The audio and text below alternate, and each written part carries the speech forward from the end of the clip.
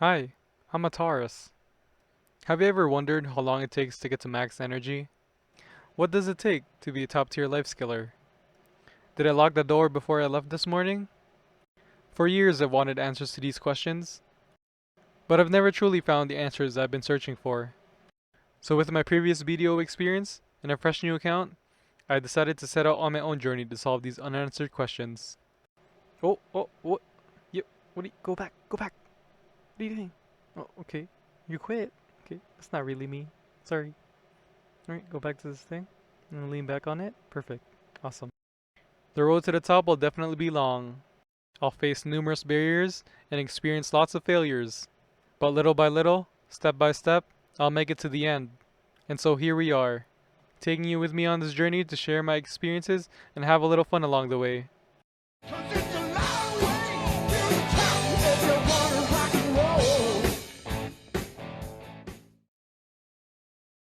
What's going on, guys? Welcome back to the second episode of my Fresh Start series, where our main goal here is to become a top tier life skilling slave. The second episode will have the first 2 weeks since we officially started playing this account. There's a lot of things that happened since then, so it's time to catch you guys up. In the first week, we did a lot of foundational work. The daily routine was cooking during the day, doing the main storyline on stream in the evening, and horse training overnight. I focused on cooking as I wanted to push my contribution points to 400 as fast as possible. In the first week, I got to 300 contribution points. It didn't take too long, it was roughly around a day's worth of cooking, or around 12 to 15 hours. Mind you, I do have 1 second cooking. I wasn't worrying too much on how much cooking XP I got. I was more focused on getting the witch's delicacies. So I cooked some grilled bird meat, the good old vinegar and essence of liquor, and the occasional beer. As long as I was cooking during my time using the computer, and wasn't losing too much silver along the way, I was happy with it. As everyone knows, doing your daily cooking Imperial crates is easy money. Once I got to 300 CP, I started buying pickled vegetables off the market and turned them into crates. Every day I spend between 5 to 6 mil on 150 crates worth and sell them for 53 mil. That's easy money for a couple minutes of boxing into crates. So to everyone that hasn't started cooking yet, I highly recommend starting right away. During the streams I did the main quest line. I went from Serenity to part 1 of Valencia in 1 week, and each territory questline took around 3 to 4 hours to complete. During that time I was exploring each town, talking to each NPC to increase my energy along the way. In terms of the questline crossroads, I always took the first crossroad so that when I do create another character for the next questline, I'll have an easier time remembering which crossroad I already did. Hopefully. I've never done each crossroad for the knowledge, so I don't know which to actually do. I'm assuming I have to do all of them. I'll have to look into it later on to see which ones I actually need to increase my energy pool. But that doesn't sound too bad, as each story should only take me around 3 hours max now that I explored most of the surrounding areas. On a side note, by the end of the Medea questline, we hit level 55 and needed 1 more level to start the Valencia questline, so I grinded some Elrics. By the grace of the gods, we managed to finish all the ecology for that area, so we picked up an easy 2 energy from that and moved on to Helms. Unfortunately at Helms the ecology table is so much bigger, so we didn't manage to finish that off by the time we hit level 56. And now the time has finally come for the Oasis boxes. In the last episode you saw that we've been saving Oasis boxes for almost 6 weeks. Some time has passed since then, and now we've collected exactly 640 boxes, which is almost 8 weeks worth. We finally opened them on the first stream. We got a lot of CeeLo cans, hards and sharps, a few rare accessories. I got an Ogre ring and a Voltara belt. It's not one of the best ones, but it's pretty good. With the hards and sharps I bought blackstones to turn them into their concentrated versions for more profit. The concentrated weapons and armor are at an all-time high right now, so if you've been saving them up on NA, you should consider selling them. We also got a bunch of juice, which was actually quite helpful as I didn't level up my fitness that much. I especially like the strength juice. It got me all the way up to level 17, and now I can carry an extra 25 weight. It's not that much, but I'll take it. Now in terms of cash, how much money did we actually make? In the last episode we made around 1.4 billion in attendance rewards alone. Because of this I was hoping to get at least 1 billion from the Oasis boxes, but I guess I was just a little too hopeful. So after selling on the concentrated weapons and armor, all the CeeLo cans, the rare accessories, we made a total of 830 million. So with that money we bought a few more cooking supplies and then also a Tet Logia cook clothes. This is for the extra mastery and daily profits on the Imperial trades. Right now I'm using Late's gathering tools. So when I have enough money, my next big purchase is probably going to be Tetmano's gathering knife. Week 2 is where it gets a little more exciting. We're doing a little less questing here and a little more gambling. With week 2 came the horse training event. It gave us a lot of tickets to exchange for various rewards. Now on my video on maximizing profits from the event, I said to get the Grand Veer leather barding as it's the highest priced item. That being said, I couldn't help myself and bought a tier 6 to tier 8 RNG box for 42 invoices. I got lucky and got a tier 7 horse, and that's basically when my addiction started.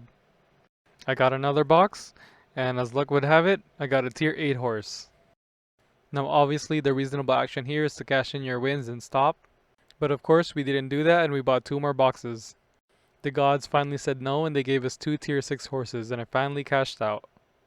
Looking back, I was basically asking each horse to be 80 mil to cover the cost of the tickets used and the time spent to train it. As a reference point, a regular tier 6 horse is a whopping 35 million silver when you imperial trade it. Yup. So we finally finished up our Valencia questline part 1 and 2. Thanks to a viewer of mine on stream, he helped me out on the second part. He gave me the exact location on where to dig and saved me tons of time and head scratching. He also did a little house touring on the way. I entered one of the top ranked houses just to see what it looks like.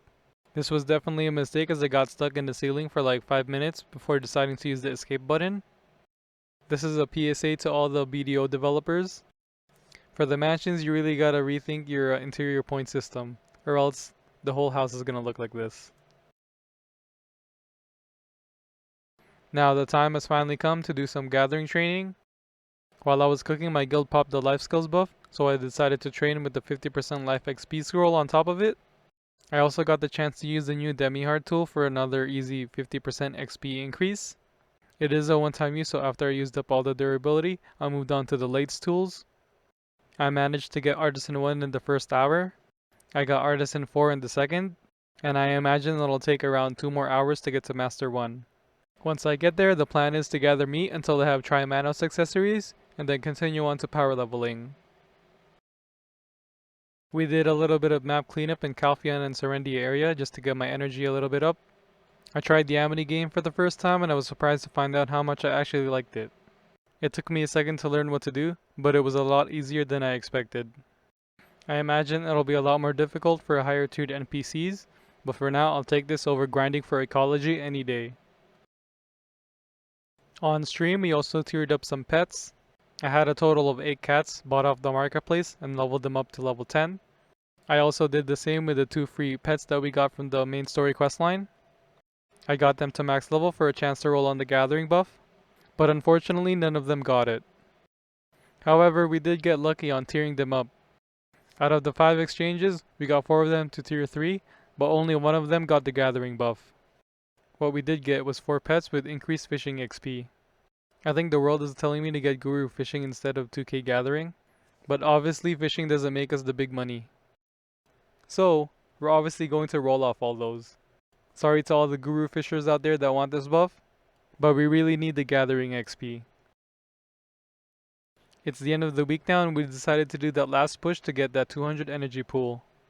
We did a little more map cleanup in the Olvia region, and talked to a few characters I missed to get that big 200. We've also continued on our cooking journey here. We've hit a nice Guru 13 cooking.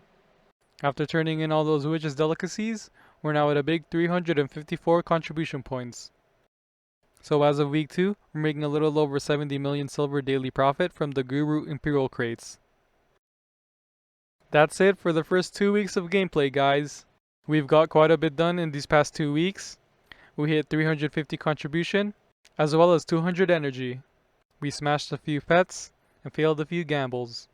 Next week I'll try to push for more energy, reach Master 1 Gathering, and finally start my farming character. If you guys want to see my progress live, follow me on Twitch and see my schedule on my channel. If you guys like this video, hit me with a thumbs up, hit me with a subscribe, and let me know what you thought about this video. Do you want to make it shorter, maybe longer? Let me know in the comments down below. I'll see you guys in the next episode.